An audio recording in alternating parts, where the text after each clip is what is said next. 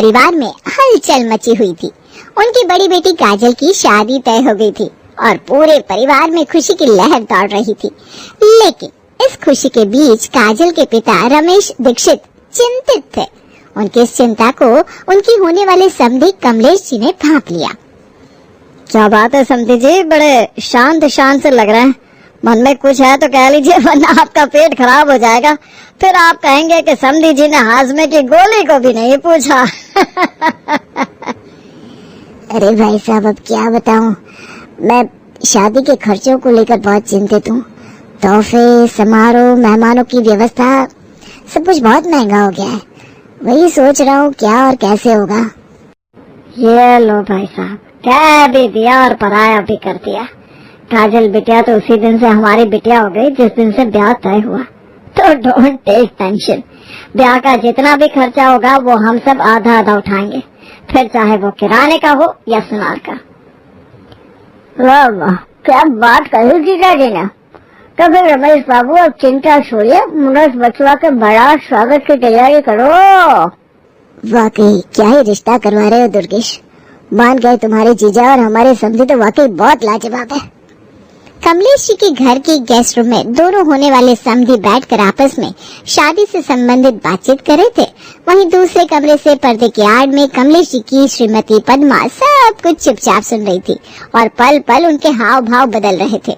रमेश जी के जाते ही पद्मा जी का गुस्सा बेचारे कमलेश जी पर फूट पड़ा। आधा खर्चा आपका, आधा मेरा, आए बड़े। पैसे का बगान लगा है क्या, जो पैसे पेड़ से तोड़कर आधा खर्चा उठाओगे? अरे मैं कहती हूँ, दीक्षित जी को किस चीज की कमी है? बढ़िया हजरतगंज में कच्छों की दुकान है, जो तुमको आधा खर्चा उठाने की बात कह महान बनना था। अरे महान कितने भी बन लो, इस महानता का आपको पद्मश्री नहीं मिलना।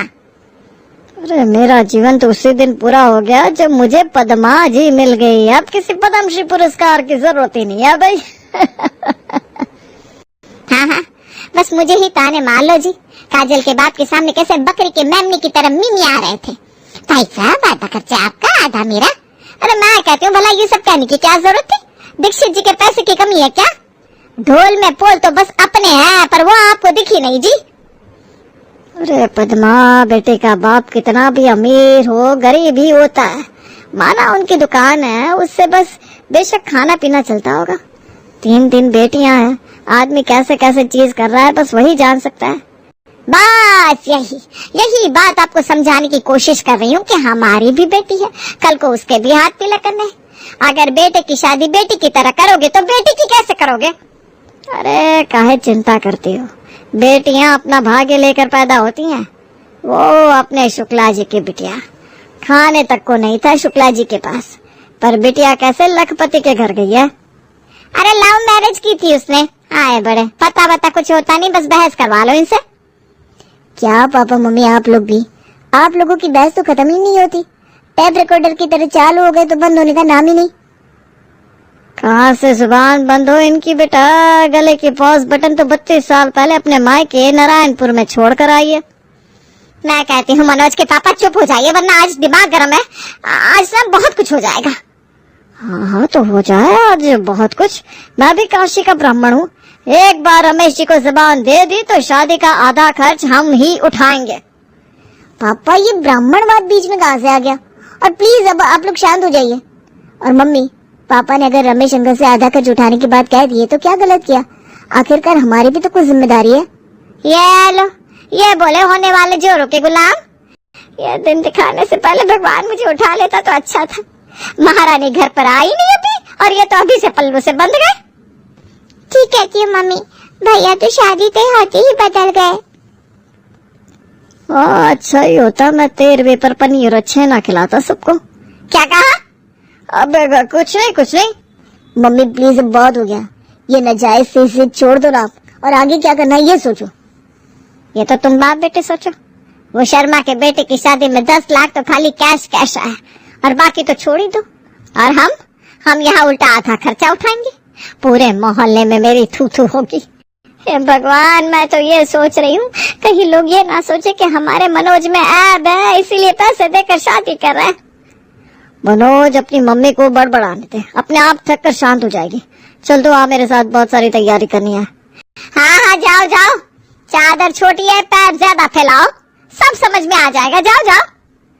तो भाई कमलेश जी वैसे तो एक साधारण परिवार से हैं, लेकिन समाज में इज्जत बनाए रखने और एक नई मिसाल कायम करने के लिए उन्होंने लड़की वालों से कहा कि वे शादी का आधा खर्च उठाएंगे। अब कमलेश जी और उनके परिवार में कलेश मच गया है कि पैसे कहां से आएंगे, क्योंकि कमलेश जी की आमदनी उतनी भी नहीं थी जितनी सबको लगता था। बेटा एक प्राइवेट कंपनी में HR था और 25,000 रुपए कमाता था। कमलेश जी अपने गाँव की खेती बाड़ी देखते थे और उसी से उनका परिवार चलता था। अगले दिन पापा अपने आधा खर्च उठाने की बात तो कह दी, पर जिस हिसाब से वो लोग शादी करने की सोच रहे हैं तो 20 लाख की शादी बैठेगी, यानी 10 लाख हमारे हिस्से। हमारी सब जमा पूंजी मिलाकर भी 5 लाख रुपए है, उसमें भी आगे हमें मीनू की भी शादी करनी है। अब तो मुझे भी लगता है कि आपको इतनी बड़ी बात नहीं बोलनी चाहिए थी। अरे भांजे, मैं तो हमेशा से ही जीजा जी से कहता हूँ, इंसान बड़े कर खा ले पर बड़े बोल ना बोले। खाने से याद आया, आज मौसम बड़ा मजेदार है। मेनू बिटिया, ओ बिटिया। जी मामा जी। बेटा बड़ी भूख लगी है, जरा अपने मामा जी के लिए गर्मा गर्म आलू की 8 कचौड़ी और चाय बना लो, जा। मामा जी आप हमेशा कहते हैं 8 है पर खाती 10 है, तो 10 ही बना लेती हूँ, वरना फिर आप पापा और भैया का भी हिस्सा खा लोगे। हाँ बेटा, तू तो अपने मामा का पेट काट ले, जा जा जल्दी से बना कर ला। और तुम जीजी काहे गोलगप्पे की तरह मुंह फुलाकर बैठी हो? लड़के का ब्याह है, तैयारी करो, बहू आएगी पैर दबाएगी। क्या पता दुर्गा, बहू आकर मेरा गला ही ना दबा दे। वाह वाह, फिर इससे अच्छा क्या होगा? अरे जीजा जी, काहे जीजी के मुंह लगते हो? अब तो ये बताओ कैसे बुला लिया सुबह सुबह? कल ही तो सब बात रमेश जी से तय तौर करवाई थी। कह तो दिए थे तुम दुर्गा। वाह वाह, क्या बात है, मैंने तो बात बनाने को कही थी। तुम काहे के मंजवानी, तुम मेरी बात काट भी सकते थे कि नहीं नहीं जीजा जी, रमेश जी लड़की वाले हैं, वही सब खर्च उठाएंगे। पर नहीं नहीं, वाह वाह, क्या बात कही है जीजा जी। अब फंसाए हो मझधार में तो निकालो भी। जीजा जी, इतनी लंबी लंबी फेंकने की क्या जरूरत थी आपको? अरे सब तेरा किया धरा है, चुप कर। अब क्या दिया तो क्या दिया, मेरी भी कोई इज्जत है, काशी का ब्राह्मण हूँ, बात का पक्का हूँ। जबान दे दिया रमेश जी को, अब तो आधा खर्चा हम उठाएंगे, भले ही कर्जा क्यों ना लेना पड़ा। अजी क्या कर्जा, घर भी बेच दो, कम पड़े तो फिर खुद को भी बेच देना। है दुर्गा, पहले तो तू अपनी जीजी का मुंह बंद करा, फिर आगे बात हो। और काहे जीजी टपर टपर टपर हर वक्त बोला करती हो? ज्यादा जुबान में दर्द है तो जाओ अपनी भौजी से बतिया लो फोन पर, उसको भी शांति मिलेगी, तुमको भी। जीजा जी अब ये बताओ करना क्या है? करना क्या है? ठान ठनाए तो सबसे पहले लड़की का गहना बनेगा, मंडप के नीचे कुछ लेकर नहीं गए तो जूते और पड़ेंगे। हाँ, पहले तो लड़की के लिए गहने और कपड़े लेना है। 87,000 सोना चल रहा है, समझ में नहीं आ रहा क्या लूं क्या ना लूं। उसके बाद लाइट, टेंट, खाना, घर के जो 5 दिन के इन औरतों के प्रोग्राम का बवाल है, वो हल्दी, मेहंदी, तेल, संगीत, जीजी बताई तुम्हारी, हर दिन इसमें मेहमानों का खाना भी होगा। तो वो तो खिलाना पड़ेगा ना जीजा जी, वरना सब यही कहेंगे लड़की की शादी में कंजूसी कर दे। यानी हाथ में 8 लाख तो हो तब कुछ बात बने। अरे जीजा, काहे टेंशन से पसीने पसीने हो रहे, सब इंतजाम हो जाएगा। वो कैसे मामा जी? देखो 2 लाख का लोन लेते हैं, कुछ जीजा जी आप फंड जो दबा के रखे हो ना वो निकलवा लो। बाकी जीजा ये मान लो सालों से व्यवहार कर रहे हो, 1-1.5 लाख तो शगुन के लिफाफों में आ ही जाएगा। क्या दुर्गा, तू भी अजीब बात करता है। बेटे की शादी में क्यों फंड निकलवाएंगे? मनोज और मीनू तो बराबर के ही है, इसके भी तो इसी साल हाथ पीले करना है। हाँ साले साहब, तुम्हारी जीजी बिल्कुल सही कह रही है, पर साले साहब ये बात आपने बिल्कुल सही कही, 1-1.5 लाख का तो शगुन बड़े आराम से आ जाएगा। पहली शादी है हमारे घर की, तेरे जीजा ने पैसे भले ही नहीं कमाए पर व्यवहार बहुत कमाया है। ठीक है पापा, तो फिर मैं आज लाइट टेंट की बुकिंग कराता हूँ, घर पर 5 दिन मेहमान रहेंगे तो जरूरत तो पड़ेगी। 50,000 रुपए दे दीजिए। अरे वही तो कह रहा हूँ, पैसे है कहाँ, फंड इतनी जल्दी निकल नहीं पाएगा। और ऊपर से तेरी मम्मी की बात भी सही है, इसी साल तेरी बहन का भी तो ब्याह करना है। पापा बहुत खर्चा है, कैसे होगा सब? तू चिंता मत कर, अपनी बुआ को फोन लगा, मैं उससे कहता हूँ रुपयों के लिए। हेलो पाई लागू जीजी। खुश रहे। आज कैसे भूले बिसरे अपनी इस गरीब बहन को याद कर लिया कमलेशवा। भतीजे का ब्याह है तुम्हारे 25 दिन बाद, इसीलिए किया है जीजी। अरे तो अब भी करने की क्या जरूरत थी, जब बहू घर आ जाती विदा होकर तब करते। बेवजह फोन कर एहसान कर दिया। जीजी ताने तो मारो मत। अच्छा जो बात कह रहा हूँ वो सुनो। यहाँ टेंशन के मारे भेजे की नसें फटी जा रही हैं और आप है कि इधर उधर की सुनाने में पड़ी हो। अरे चिल्ला काहे रहा है, अब तो बदल जा, बहू आ रही है। बहू आ जाए इसीलिए तो फोन किया है हम तुम्हें। 1 लाख रुपए की व्यवस्था करवा दो जीजा से कहकर, जिंदगी भर एहसान मानूंगा। तो 4 बातें खुद सुनेगा और 8 मुझे सुनवाएगा। बोला लड़की की शादी में कोई उधारी मांगता है? लड़के की शादी, एक तो तुम सब लोग ना दिमाग खराब कर रहे हो। लड़के की शादी में खर्चा नहीं होता है क्या? लड़की वालों जितना ही तो खर्चा होता है। अरे कह लो कि ज्यादा होता है। मैं तो कहता हूँ बहू को गहना नहीं बनवाओगे, टीका में रिश्तेदारों को दावत नहीं दोगे, घर पर सजावट नहीं होगी, घर वाले कपड़े नहीं पहनेंगे, क्या नहीं होगा ये बताओ आप। अरे भड़कता क्यों है? मैं तो सुनी हूँ तू लड़की वालों को बोला है आधा खर्चा तू उठाएगा। यहाँ तक कि जो उनकी तरफ से बारात वाला खाना उसमें भी आधा खर्चा तू ही उठाएगा। ये लो जीजी, सब तो पता है तुमको। तुम और तुम्हारी भौजी पूरा दिन यही बतलाया करती हो। मुझसे अभी कह रही थी क्या बता रही हो? तो तू नहीं बताएगा तो क्या मेरा वहाँ कोई नहीं है क्या? खैर सुनो, जीजा जी से कहकर कल तक व्यवस्था करवा दो और मनोज को भेज रहा हूँ कल, उसके हाथ आ जाओ, कामकाज देखो। तुम्हारी भौजाई को मुझे ताने मारने और फोन पर बतलाने से फुर्सत नहीं है।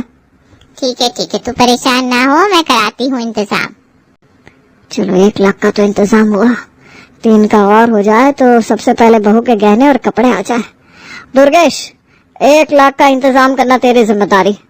वो जीजा जी चुप, मजदार में डाले हो हमका तो निकालोगे भी तुम ही, समझे? ज्यादा बहाने मारने की जरूरत ना है, जाकर व्यवस्था कर, ब्याह के बाद लौटा दूंगा। जीजा अपने एफडी तोड़वाता हूँ। मैं कहता हूँ भले खुद को तोड़वा ले पर रुपए का इंतजाम कर। और तू मनोज अपने अकाउंट से निकाल कर ला जो भी हो। पापा 25,000 सैलरी है मेरी, उसमें भी हर महीने घर खर्च को देता हूँ, ज्यादा इकट्ठा नहीं कर पाया हूँ अभी तक, जो है वो लाता हूँ। अरे 1 लाख तो होगा ना, वही लेकर आ। जी पापा। अब भी 2 गहने में कम पड़ रहे हैं, क्या करूं? राय बरेली और मौसी को फोन करके देखता हूँ। परेशान कमलेश जी ने उनकी राय बरेली वाली मौसी को फोन घुमाया और उनसे रुपया उधार देने को कहा, पर रकम इतनी ज्यादा थी कि मौसी जी ने बहाना बनाते हुए इनकार कर दिया। परेशान कमलेश जी अपने पुराने दोस्तों के पास गए। यार देख, तुझे तो मैं मना ही नहीं कर सकता, पर तेरी भाभी के मायके की शादी है भतीजी की, तो वहाँ भी बहुत खर्चा है। ज्यादा नहीं पर थोड़ा बहुत तो कर लूंगा बस। इज्जत का सवाल है, देख ले यार जितना हो सके। विकास ने कमलेश को 50,000 रुपए दिए, जिन्हें लेकर कमलेश जी घर आ गए। उन्होंने कई और जगह भी बात की पर बात नहीं बनी। अब तो भाई पद्मा जी ही हमारी मदद कर सकती हैं, उनके चरणों में ही चलना पड़ेगा। अब ऐसे मुंह बनाए काहे खड़े हो, जो कहना है कह दीजिए, हमको बहुत काम है, भौजी आती होगी, बाजार भी जाना है। अरे भाग्यवान, तुम तो हमारे घर की लक्ष्मी हो, अगर कोई समस्या होगी तो हम तुमसे ही तो कहेंगे। सुन लो मनोज के पापा, ज्यादा मक्खन लगाने की जरूरत है नहीं, जो कहना है साफ साफ कहो। ओ भाग्यवान, मैं कह रहा था कि कुछ मदद करती थी, वैसे भी तुम इस उम्र पर सोना चांदी कहाँ ही पहनती हो, बहू और तुम दोनों मिलकर पहन लेना। यार इज्जत का सवाल है। वाह जी वाह, खूब कही, कान खोलकर सुन लीजिए, मैं अपना कोई सामान नहीं दूंगी, अपनी बेटी भी तो ब्यानी है। और क्यों कहा आपने कि आधा खर्चा उठाएंगे आप भुगतिया? अरे मैं सब इंतजाम कर तो रहा हूँ ना, बस इसमें देख लो यार, वरना बहुत नाक कट जाएगी बरादरी में। बस इसका इंतजाम कर दो, बाकी तो इतना शगुन के लिफाफों में ही आ जाएगा, बहुत मदद हो जाएगी। कोई कथा हवन तो है नहीं जो 10-5 हज़ार में निपट जाएगा। ब्याह है ब्याह, और शगुन के लिफाफे जब आएंगे तब आएंगे, तब तक सब कैसे करोगे? आए पड़े। अरे आएगा तो, जिंदगी भर हमने व्यवहार ही तो किया है। हमारे घर की पहली शादी है, खूब आएगा। उसी से जिज्जी और दुर्गेश की उधारी निपट जाएगी। पर अभी देख लो यार। फिर क्या था, भारी मन से पद्मा जी ने अपने गहने निकालकर कमलेश जी के हाथों में रख दिए। कमलेश जी ने भी सोच लिया था कि बस जैसे तैसे ब्याह निपट जाए, पद्मा जी को वो हर गहना दोबारा से बनवाएंगे जो भी ले रहे हैं, फिर चाहे उन्हें 24 घंटे काम क्यों ना करना पड़े। तो इस तरह कमलेश जी ने उधार व्यवहार लिया और सब तैयारी की। शगुन के लिफाफों से उन्हें बड़ी उम्मीद थी शादी के 2 दिन पहले। गिरिजा जी, खाना पीना ढंग का रखना है प्रोग्राम में, क्योंकि आजकल ना ये सिस्टम हो गया, जैसा खाना वैसा लिफाफा। खाने में कम से कम 10 सब्जी और 5 मीठे तो होने चाहिए। दुर्गेश की बात सुनकर तो भाई कमलेश जी के पसीने छूट गए, पर बात तो दुर्गेश की सही थी। ये सोचकर उन्हें ये इंतजाम भी करना पड़ा। पनीर से लेकर गैस सिलेंडर तक के आने में कमलेश जी के परिवार में कलेश मचा रहा। हर खर्च में कटौती करने की कोशिश की, पर जरूरी चीजों में बहुत खर्च आ रहा था। इस तरह आखिरकार शादी का दिन आ गया। ससुर कमलेश नीला कोट और पीली टाई लगाकर, चेहरे पर ढेर सारी टेंशन और सिर पर ढेर सारा कर्जा लेकर मिलन मैरिज हॉल पहुंच गए। एक कमरे में, ये क्या जीजा इधर उधर घूम रहे हो? जरा शगुन के लिफाफे तो देखो। क्यों, क्या हुआ भाई? 100, 50, 200 ऐसे शगुन आए हैं। सब जोड़ जाड़ कर भी सिर्फ 36,000 आए लिफाफे में। आप तो कह रहे थे 1-1.5 लाख आ जाएगा। अब क्या होगा? फिर तो सारा हिसाब किताब गड़बड़ा जाएगा। बहुत कर्जा है सिर पर। किराने की दुकान से लेकर सुनार तक हर जगह उधारी है। अब सब कैसे होगा दुर्गा?